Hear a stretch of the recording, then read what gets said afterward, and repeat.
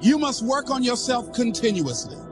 Never be satisfied with yourself. Always know that as you invest the effort and time on you, that's the greatest ability that human beings have above animals. See, a dog can't be anything but a dog. Tree can't be anything but a tree. Human being, you've got unlimited potential. You can put effort on you, and by concentrating on you and developing you, you can transform your life wherever you are right now.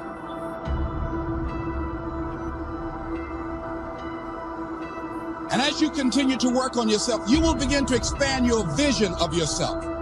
You begin to work towards self-mastery.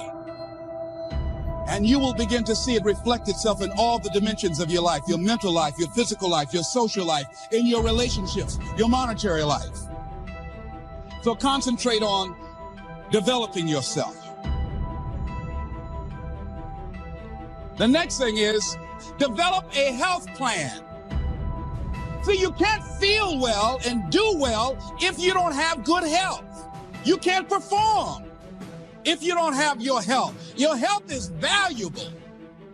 Develop a health plan, a plan that you will follow, because this is the only vehicle that you have to carry you through this experience called life.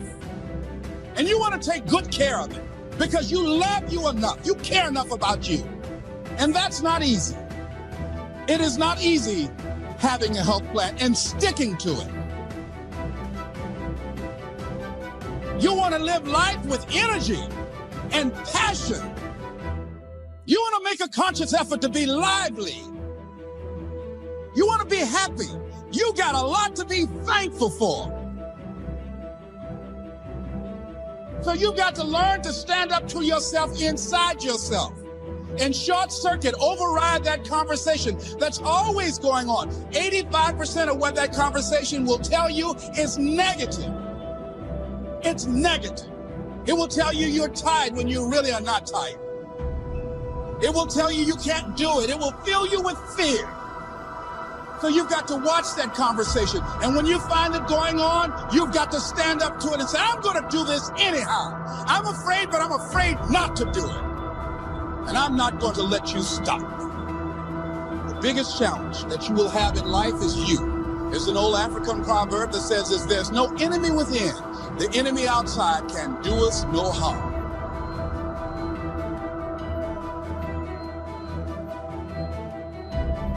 Everybody in this room wants two things. Everybody wants to be successful and everybody wants to be happy. I'm going to tell you something about that. That happiness and success is available for every last one of you. But I'm going to tell you what you're going to have to do. You're going to change your mindset. If you're planning on being successful, you have to change this here. The difference between successful people and non-successful people is right here. It ain't no difference. It ain't none. If you want to be successful, you got to change your mind and you're going to have some faith. The first way to get focus is to find purpose. The way to find purpose is you must identify what it is that you have to be purposeful in. Right when you are struggling with what to do, who you are, what's your next move, you are in an identity crisis. You are struggling with just who you are. See, you have not discovered who you are. You have to discover who you are in order to move you forward. If no one ever gave you the directions, let me ask you something. When you get up in the morning, you go get in the car or you walk out your door, you have a destination in mind. If you go outside with no destination, what do? You wander around. Once you don't have a destination, you are going to wander around. You cannot get in your car without a destination. What do you drive? So you are in an identity crisis, the same thing I was in. So you have to find your purpose.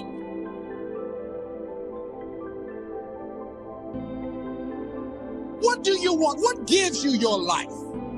How will you know when you got it? What will make you happy?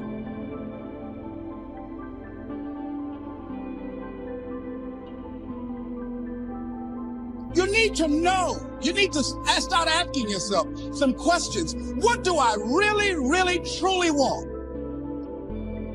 You need to be exact about that. Don't be vague. Oh, I just want to be happy. That's too vague. What will make you happy? How will you know when you got it? In what you've done with your life thus far, is it giving you what you want? Is it giving you what you want? When you look toward the future, when you look at all that's going on out here, is there some place within yourself you say, hey, I know I need to be out there in that arena. I know I can do more than what I've been doing. I know there's some great music that I have within me that I haven't brought out here yet. Is that something that you begin to look at within yourself? So I used to do that, and I used to go to big rallies and see guys up speaking when I wasn't courageous enough to go out there and say, hey, my name is Les Brown, the motivator, Mamie Brown's boy. I want to talk. I would never do that. I'd just be back there looking at them and wanting to give their autograph and would say, can I meet you, Mr. Wiggly, or can I meet Mr. Zig Ziglar? Please tell him, who are you? Oh, Les Brown. Because I felt within myself I was a nobody. So who am I to go talk to these guys and go get their autographs? I like to do what you do.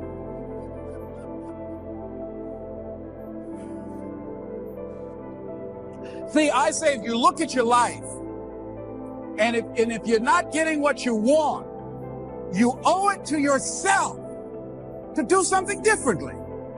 If you're on a job, 85%, they say, of Americans go to jobs that they're unhappy. If you're doing something 8 hours a day that you don't like, it's not giving you what you want, it's not giving you a strong feeling of satisfaction and fulfillment. You're miserable, you hate to go there, you're depressed just thinking about it.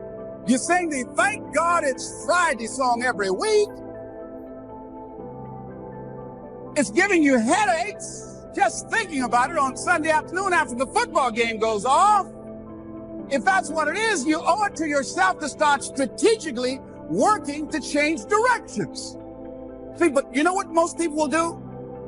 Most people will resist change. Most people will fight change as if change would be worse than what they're experiencing. See, they know this. They're familiar with this. Most people will not challenge the unknown. They won't just step out there. See, there's certain things that's got to be in place. They got to see it all together. And life isn't like that. That's not how you grow. So as you look at your life, you're saying, I'm not getting what I want. As you begin to look toward the future, begin to know that whatever it takes for you to create that, you've got that in you. You got that. You've got genius in you. You've got goodness in you. You've got creativeness in you. If you decide to take the initiative to change the current quality of your life, I say to you that you will find that the universe is on your side, that life is on your side. Now, will it be turbulent? Yes. Will it be easy? No. Will you have some opposition? Yes. Will I make a lot of mistakes? Yes. Will I get hurt? Yes. See, a lot of people won't try anything different in life because they don't want to get hurt. Let me tell you something. It's too much pain to duck. Pain is everywhere. You can hide under here. It will come where you are. Really, if I go back here, pain will come. Hey, Les, come on out. It will come. It's everywhere. Viktor Frankl calls it unavoidable suffering. You can't duck it. But most people spend their life not wanting to deal with the pain of rejection, the pain of defeat, the pain of being disappointed, the pain of losing, the pain of failure, the pain of being criticized, the pain of not being liked, the pain. That's called life. Life is full of pain. It's everywhere. But guess what? There's no gain without pain.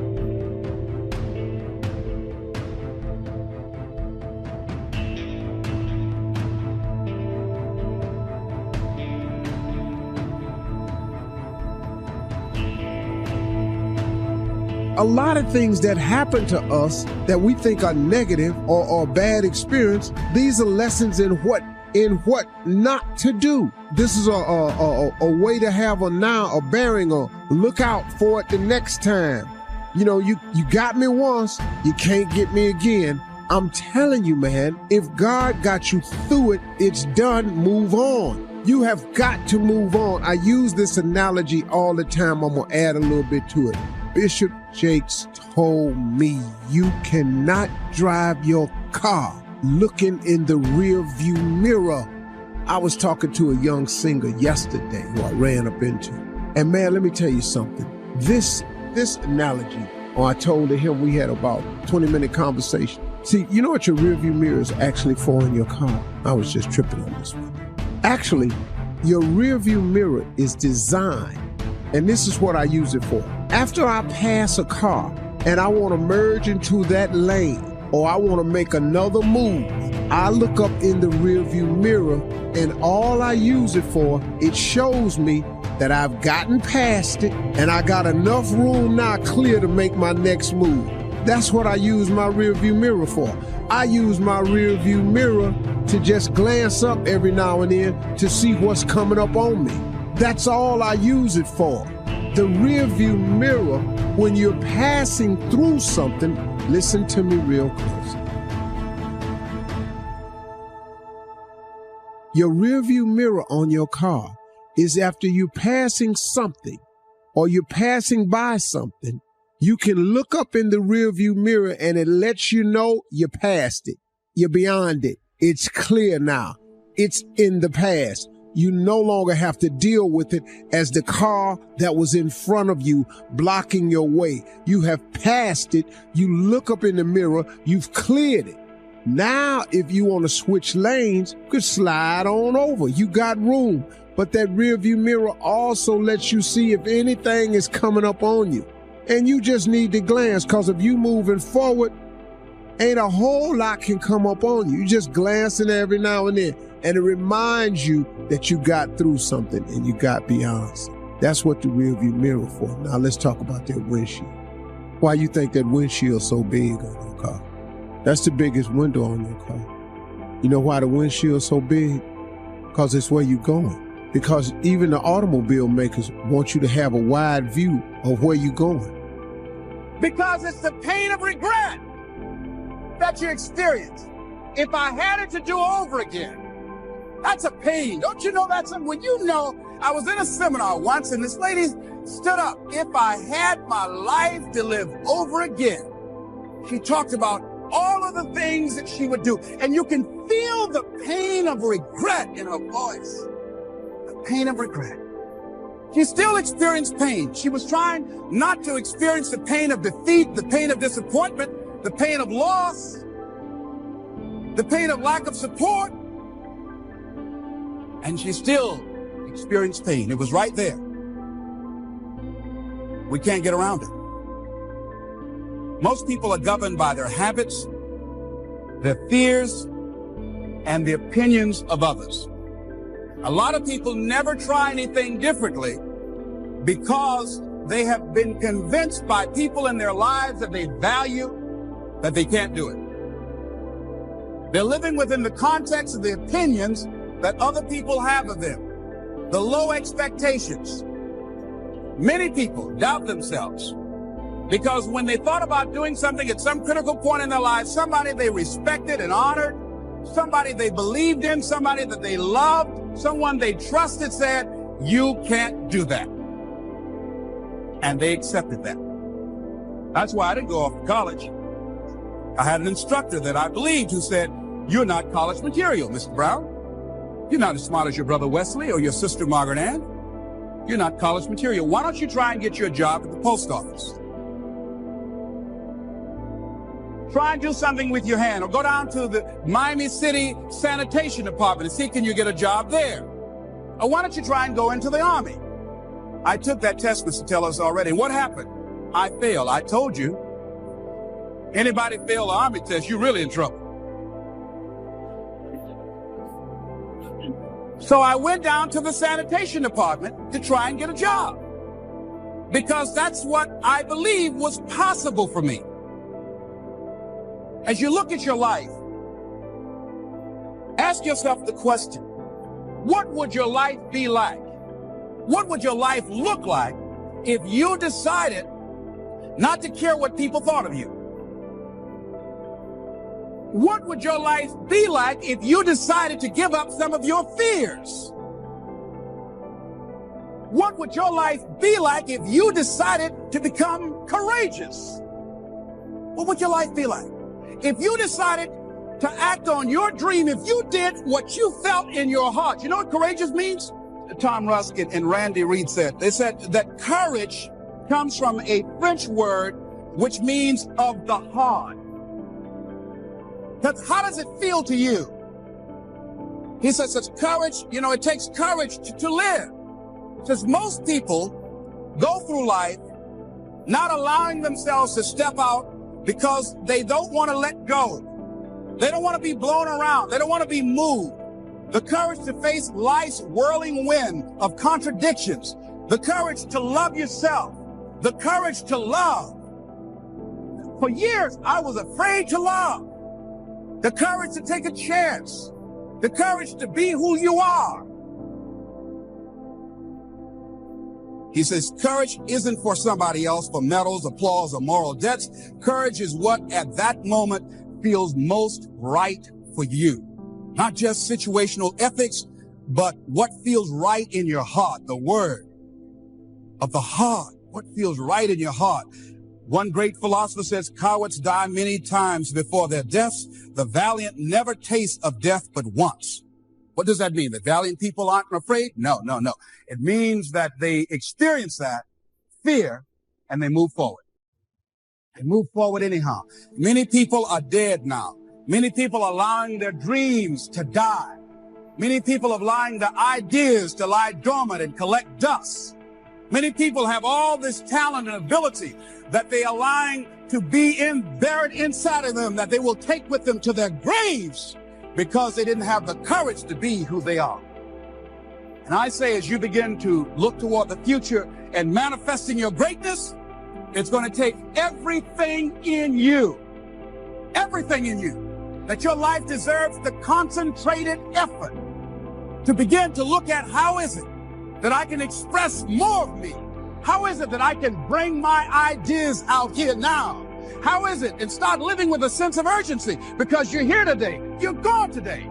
Life is unpredictable. It's uncertain. There are no guarantees. No guarantees out here at all. So holding back, what are you waiting on? Ask yourself, what's the benefit of your waiting? What's the benefit of your not living your dream?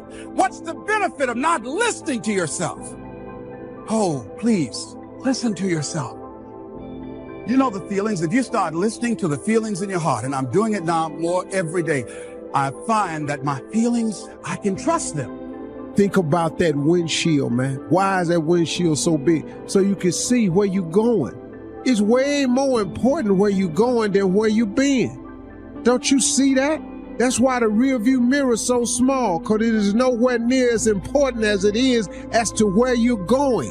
Where you've been just allows you to take a glance so you can make sure you cleared it, so you can see if it's room enough for you to make your next move, so you can know that you've gone through it and go ahead on about your business. But that windshield is for vision.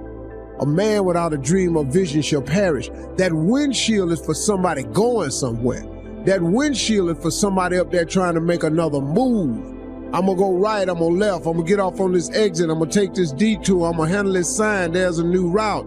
There's only so many miles left to go. That's what the windshield got. Let me tell you something, man. When you see a mile sign, you driving on the freeway, you're on the interstate, and let's say you driving to a particular city, and you see a sign that says that city is 138 miles away. That lets you know where you're going and you're on the right path.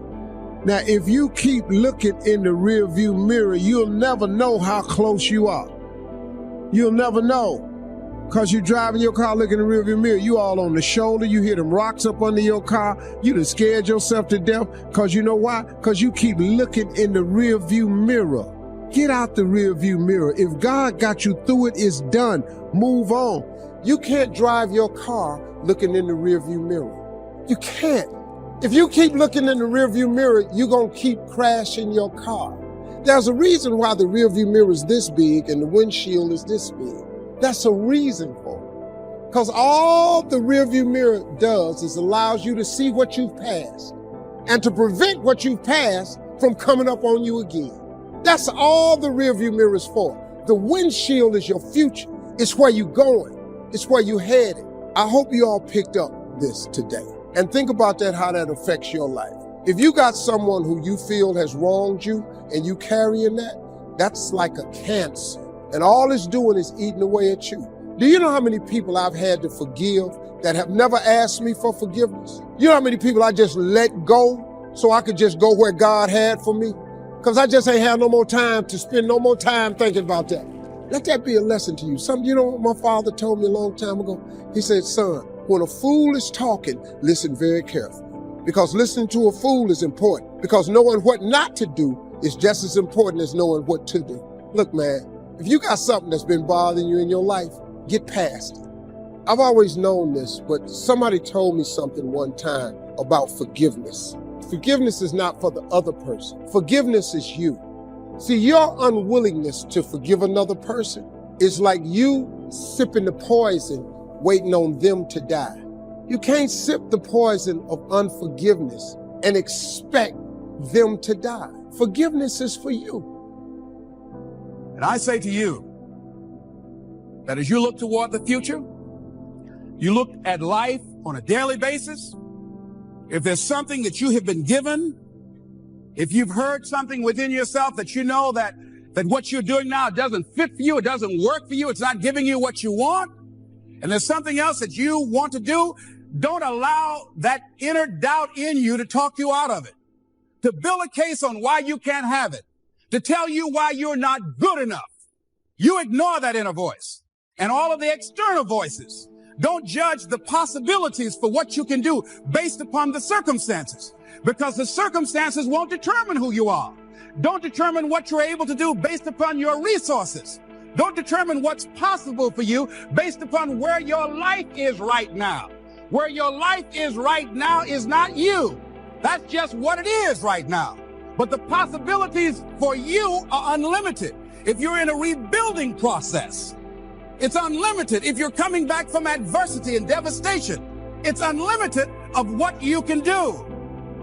That's the capacity of human beings. It doesn't matter how many mistakes you've made. It doesn't matter how many flops you've had. It doesn't matter how much money you've lost. In fact, I see it only as an investment of what you learn from life, not losses, but investments of what's possible for you. And I say to you that once you start listening to yourself and as you begin to act on your dream, as you start just trying to find your way, doing what you can with what you have, you will start seeing things opening up for you. You'll start attracting people. You say, where'd they come from? Things will start coming together, clicking for you. You say, whoa, you start brainstorming. Ideas will come out of nowhere as you focus on it. The key to it is to begin to focus on what it is you want to do. Why, Les? Why is that important? Because as you focus on that which you want to do, that which we focus on, that which we give our energy to, it will begin to multiply. It will begin to expand. It will begin to develop your consciousness. And out of that comes your greatness. Out of that comes a commitment. Out of that comes a passion for life. Out of that comes a special power that you have in you that you haven't even called on yet. See, the powers that we have will never reveal themselves if we don't challenge them, if we don't put ourselves in a position where we have to use them. So one of the most important things is reading a book that's a really interesting book called Instant Millionaire. And the guy said, put yourself in a position where you can't retreat, where it's do or die, sink or swim. Here's what you'll find out. You'll develop incredible swimming skills, or swallow half the pool of life. You'll find yourself stroking unlike you've ever seen before. Through the inspiration of desperation, you'll become more creative than ever before. So what is it? How do we handle that whole piece? Throw your whole self into it. See, most people go at it tentatively. They don't give all their stuff. They don't concentrate. They don't put everything they've got in them. One guy wrote a book called All You Can Do Is All You Can Do. And all you can do is enough. But he said, make sure you do all you can do. And if we're honest this evening, we know that we haven't done all we can do. So as we look at the future, we can decide that from this day forward, as I look at my personal relationships, if I look at my professional relationships, if I look at my family relationships, as I look at all the dimensions of my life, looking at myself mentally, emotionally, and spiritually, I'm going to do all I can do to develop me, to bring my talent out here, to make a contribution to life.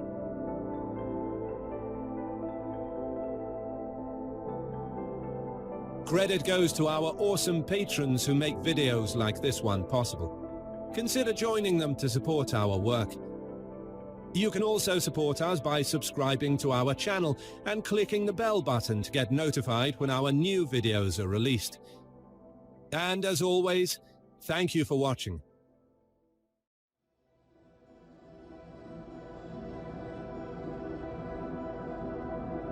I want you to live the life you were meant to live.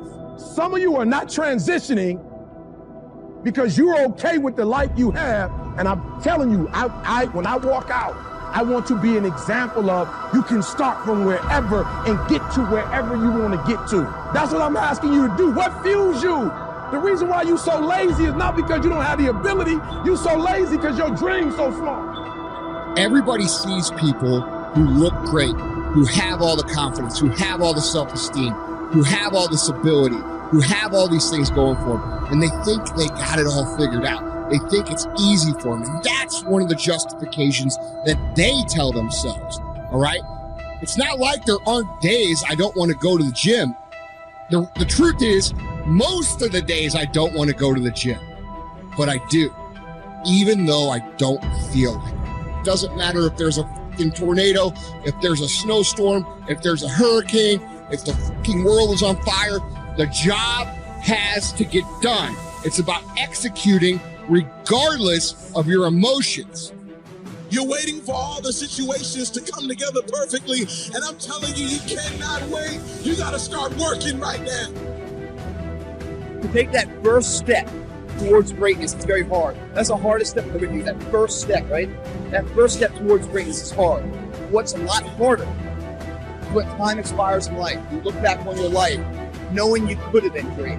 That's something you can't control anymore. Time's run out. But if you don't believe you can do it, don't even start the journey. It's too hard. It's a winnable, easy war. But if you don't believe it, then don't do it. Every single day of my life, I feel like giving 100%.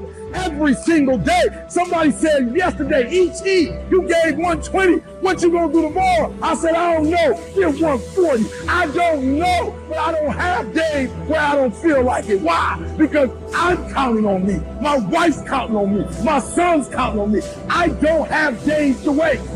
Will there be some times that you want to give up? Yes. When you get into a tight spot and everything goes against you until it seems that you cannot hold on for a minute longer, never give up then, for that is just the place and time that the tide will turn. Never give up then, and that is so important. When you're working on doing the things you want to do and fulfilling your dream, and things happen, there are times when your energy feels so depleted that you want to give up, that it looks just totally impossible. And I can tell you from my own personal experience, don't give up then. That's when you've got to fall forward, when life is kicking dirt in your face. Don't give up then. That's when most people turn back. If you've decided that this is what you want to do, you've got to become courageous to stand up within yourself, to face it and step forward. The biggest thing that always troubled me was my imagination, because it was so big when I was a kid. You know, I grew up poor, but I was always imagining stuff. You know, my mama, once a month, would buy a travel magazine at the grocery store. My father used to be so pissed off. Bill, why we spending this money? We were poor. She said, Slick, we ain't got no money to take this boy nowhere. But if he can look in these magazines, maybe one day, it'll cause him to want to travel. I've been to so many countries around the world because of that magazine. I just wanted to go see stuff. My mama had enough sense to plant that seed. It's like at Christmas time, we used to get in the car, my dad used to take us to the suburbs so we could see the lights. And you know, we just drove around the lights. I was amazed at the suburbs because I would see these big houses with horseshoe driveways where you drove in and came out the other side. So I told my daddy one time we was riding, I said, Daddy, why don't we get one of them houses? He said, boy, I ain't got no money for that, but that's what I'm bringing you out here for. She said, one day you'll be able to get one of them houses. Let me explain something to you. Because of that right there, I've probably had in my lifetime now about 11 homes. I got 4 now in different states. Every house I own got a horseshoe driveway. Somebody was talking on the phone with that cord on the wall and got sick of it and said, you know what, man, if I could just go outside and talk on the phone, ta-da, we got cell phones. Somebody got tired of driving across the country and said, man, if I could fly over there, boom, we got airplanes. Imagination is everything. It's a preview to life's coming attraction. Everything you've ever imagined is real. It is impossible for you to think an impossible thought. That is impossible. You can't think something that ain't possible. You ain't that smart. So if it's in your head, you gotta ask yourself, how did it get there? That's God showing you a preview of a coming attraction he has for you. The problem with most people is you think your imagination is hocus pocus. It's really not. It's a preview of a coming attraction. If you react to your imagination, that's where your real life is. It's just God showing you what he has for you. And so they go through life holding back on life, not understanding this also, that what you hold back from life, life holds back from you. So most of us go through life, ladies and gentlemen, not giving, and we're cheating ourselves, and you're also cheating life. One of the things you see with people all the time is that maybe they're trying to stumble forward towards their ideal, as poorly defined as it might be, but then they're afraid, right? They're afraid about what they might encounter, and that stops them because fear does stop people. It freezes you like a prey animal, and so people move ahead, but then they get afraid, and then they stop moving ahead. And that's not so good because negative emotion is a really powerful motivator. So we're more motivated by negative emotion than positive emotion. All right, now here's my last point about failure. Sometimes it's the best way to figure out where you're going. Your life will never be a straight path. You'll see what I mean about taking risks or being willing to fail. Because taking risk is not just about going for a job. It's also about knowing what you know and what you don't know. It's about being open to people and to ideas. Somewhere along the way, they've lost the ability to focus on the things they are great at, stacking those promises they're making themselves. And the way I get them to break their slump is not correcting their swing or getting them positive. It's getting them to acknowledge the small promises, showing up the batting practice, or hitting that extra bucket of balls, beginning to reward themselves for the extra promises they keep to themselves, puts them back in a state of self-confidence. All of a sudden, they're hitting the ball great. The word we use for this, for short, is we call it sensory acuity. Sensory acuity is the idea that you want to become acutely sensitive to whether what you're doing is working or not. You don't want to just say, okay, I know what I want, I know why I want it, I'm going to make it happen, this is how I'm going to do it. You keep hammering it, when something doesn't work. People do this all the time, right? Do the same thing over and over again, expecting a different result. It's called insanity. You can't do the same thing again and again, expect a different result. See, it doesn't get the result. Does this mean it's always going to be like that? Not at all. Why? The longer you're in business, you eventually find a group of people that buy into you. You eventually find a group of people that understand how consistent you are. You eventually find a group of people that want to be in business with you forever. You eventually find a group of people that like your style. You eventually find a group of people that like your vision, your crusade, your cause, your mission, and your vision is so big that other people's vision also fits into it. But it won't happen right off the bat. What happens if they change their minds? Do you also change your mind? What happens if they say no? Do you also get down on yourself and say, oh my gosh, I don't have the business for me? No. Don't let other people's emotions and decisions and constant changing their minds dictate your mind. I mean, you know in your bones that you're going to make it out. And I think that's something that was a little different about me. It was like in that hole as advisors were saying, look, just go BK and 7 years from now you can walk away from it. I just knew I would fight my way out of it. and I didn't have to convince myself or anybody else. There's always more room to grow. There's always more knowledge to gain, always more skills to perfect. We're never done with the education process because education is part of the path to wealth. Education and learning is part of the path to health. Continued education can turn you around if you're headed in the wrong direction. We need the mental food that others provide. We need mental exercise. We need to open up our minds to different alternatives. We need to learn to appreciate the other side of the debate so that we can strengthen our own and defend our own. We need to expose ourselves to a wide range of thoughts and philosophies and ideologies. You've got to listen to a variety of speakers, read a variety of books. No one speaker has all the answers for you. No one book has all the answers. You can't get all the answers from one person. We need a variety of influence to give us input, to give us ideas, to manage our business, to manage our relationships, to manage our finances, to take advantage of our time. We need a variety of influences. We need a variety of books in our library. We need a variety of tapes in our video library, our audio library. We need a variety of voices. And here's what else we need. We need a variety of points of view. Points of view can be so valuable. Somebody says, "Did you ever see it from over here?" And you say, "No." So you step over there where they are and you take a look back over here from their point of view. And you say, "My gosh, I never thought from this perspective. It's so different. No wonder you think the way you do." Here's the clue. Take advantage of all that's available in terms of mental food and mental exercise. Be eager to learn. Always be eager to learn, no matter how far along you are in the journey, no matter where you are in your success. Keep that eagerness to learn. Gather up as much knowledge as you can.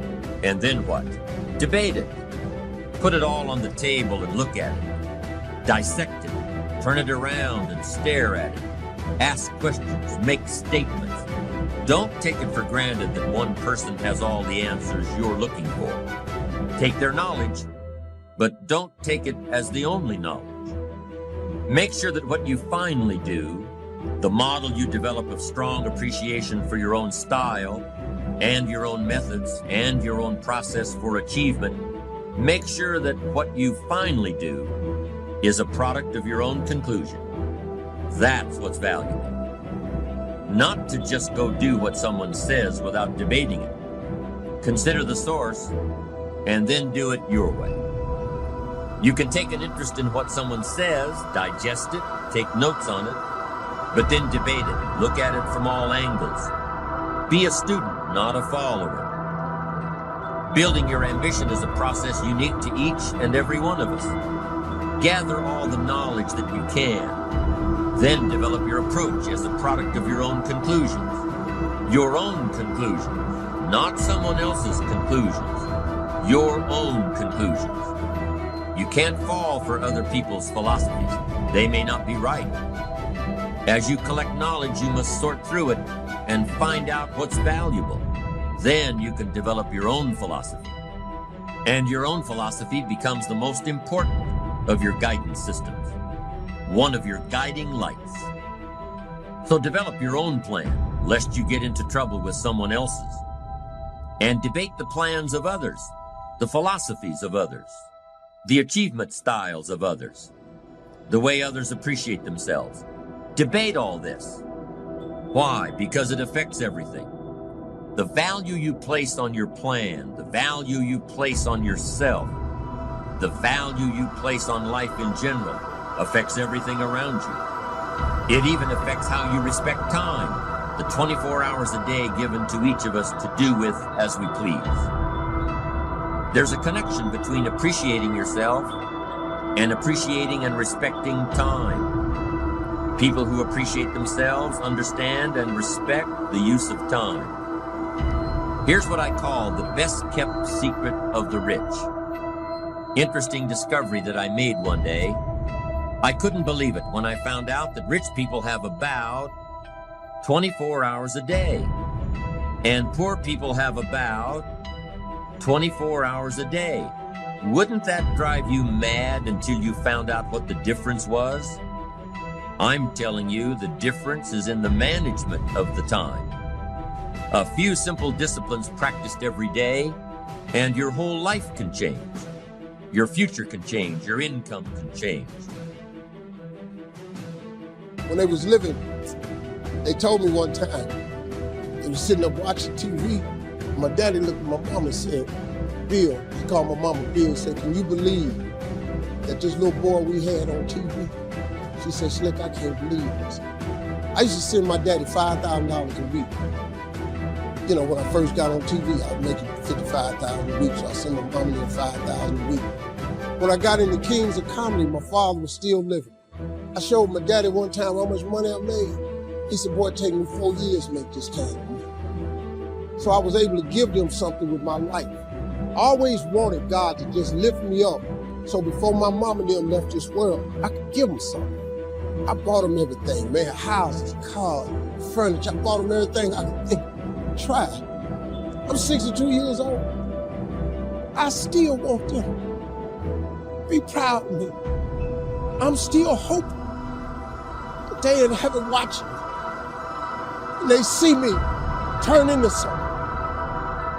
That's all I ever wanted. It was in my imagination to take care of me. Everything that's in your imagination, God gonna make it come true for you. You just got to believe that. God make dreams come true. He take poor kids with speech impediments and put them all over TV. If God can do that for me, explain to me how he can't do it for you. You just got to believe, man. Don't ever give up and keep believing, because God is real. Don't you listen to nobody telling you God ain't real. You can learn from negative as well as positive. The Bible is such a great book because it is a collection of human stories on both sides of the ledger. One list of human stories is called examples. Do what these people did. And the other list of human stories is called warnings. Don't do what these clods did. What a wealth of information. What to do and what not to do.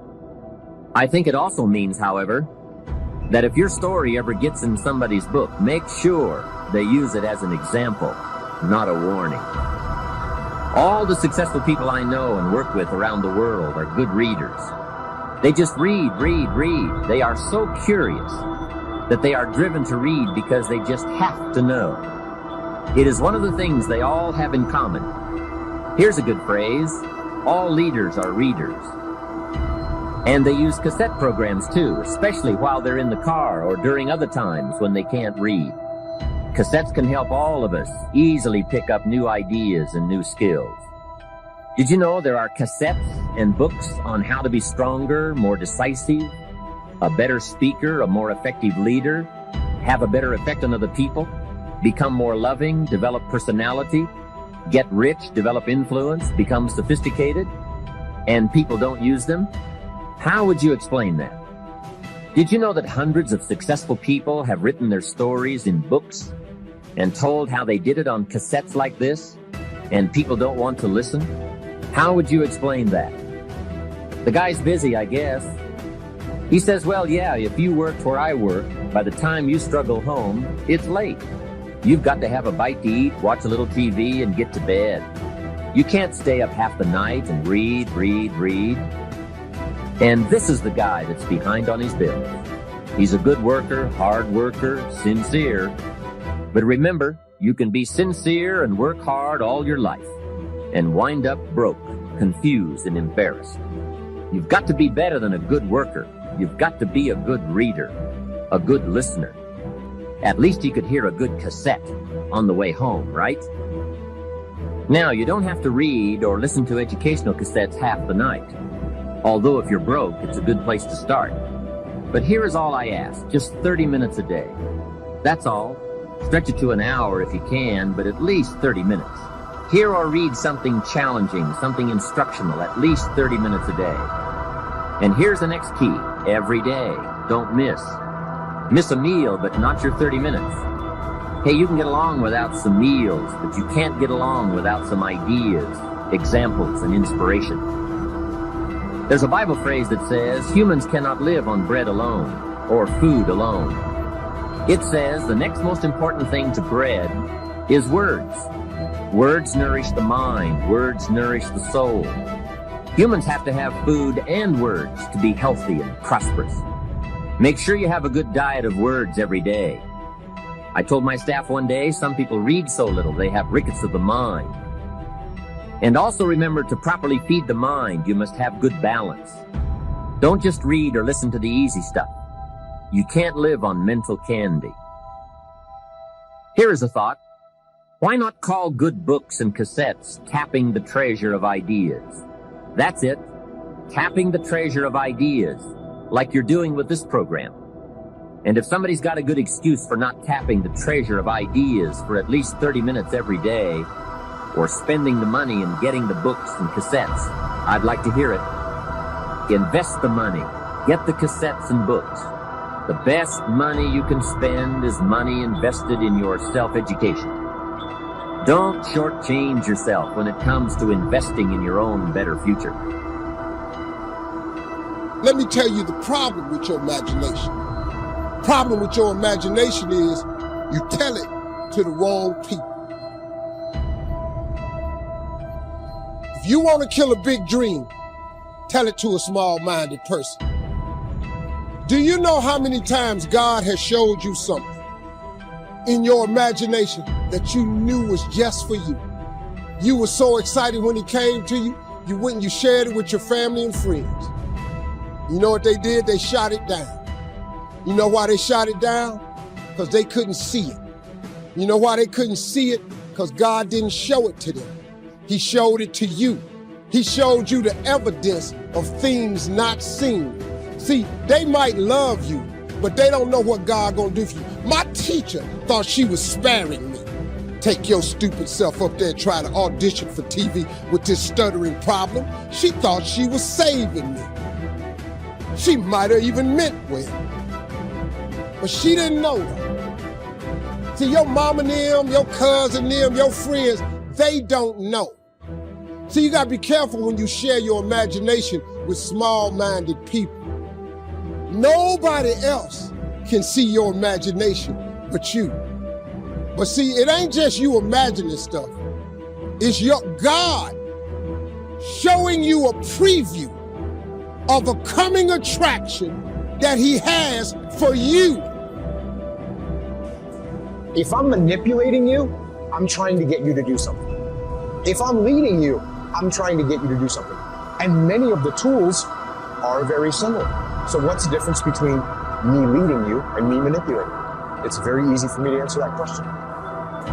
If I'm manipulating you, I'm trying to get you to do something that's going to benefit me. If I'm leading, I'm trying to get you to do something that's going to benefit you, it's going to benefit the team, and it's going to benefit the mission. So for me, those are too easy. Those are too easy. It's real obvious. And by the way, if I'm a manipulator, I can get away with that for a little while, but eventually you're going to look at me for what I am. You're going to see that the maneuvers I'm making, the tools I'm using, I'm utilizing those tools for my own benefit. And as soon as you see that, you won't fully support me. You won't. The same goes for when I'm trying to make you do something good for yourself and for the team. You're going to see that too. And you're going to say, he actually cares about you. That's what he's doing this for. And when you know I care about you, you'll do anything for me. I mean, that's what it boils down to. Oh, I want to give you hard criticism. How do I give you hard criticism? The first thing I have to do is make sure that you understand I care about you. Which is not easy to do. And it's not always obvious. But if you know that more than anything else, what I want is for you to be successful, when I say, hey Tom, I'm looking at the outcome of the last project and you were 3 weeks past the time. I think there's some things that we can do to kind of make you a little bit more efficient in leading these things. If you know that my number one thing is that I care about you, you're gonna be all ears. To an extent. Because guess what percentage of the world is truly open for criticism? Oh, it's tiny. There's so few people that are truly open to criticism.